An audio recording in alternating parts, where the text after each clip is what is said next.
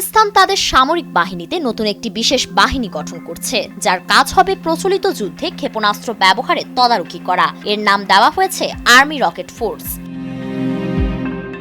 বার্তা সংস্থা রয়টার্সের প্রতিবেদনে বলা হয়েছে, দেশটির প্রধানমন্ত্রী শেহবাজ শরীফ বুধবার ইসলামাবাদে আয়োজিত এক অনুষ্ঠানে এই ঘোষণা দেন। অনুষ্ঠানটি মে মাসে ভারত পাকিস্তানের মধ্যে হওয়া কয়েক দশকের মধ্যে সবচেয়ে বড় সংঘাতের স্মরণে আয়োজন করা হয় এবং তা পাকিস্তানের ৭৮তম স্বাধীনতা দিবসের ঠিক একদিন আগে অনুষ্ঠিত হয়।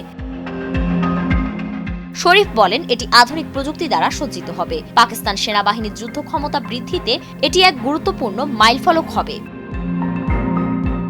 যদিও তিনি বিস্তারিত তথ্য দেননি, নিরাপত্তা কর্মকর্তারা জানিয়েছেন এই বাহিনী সেনাবাহিনীর নিজস্ব কমান্ডে পরিচালিত হবে এবং যে কোনো প্রচলিত যুদ্ধে ক্ষেপণাস্ত্রের ব্যবস্থাপনা ও মোতায়েনের দায়িত্ব পালন করবে।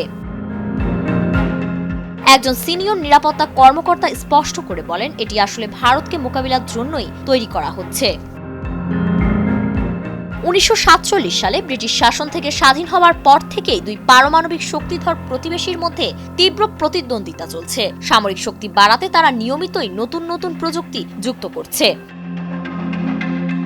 সাম্প্রতিক উত্তেজনা শুরু হয় চলতি বছরের এপ্রিল মাসে, যখন ভারত নিয়ন্ত্রিত কাশ্মীরে ২৬ জন বেসামরিক নাগরিক নিহত হন। ভারত এই ঘটনার জন্য পাকিস্তানকে দায়ী করে, তবে ইসলামাবাদ তা অস্বীকার করে।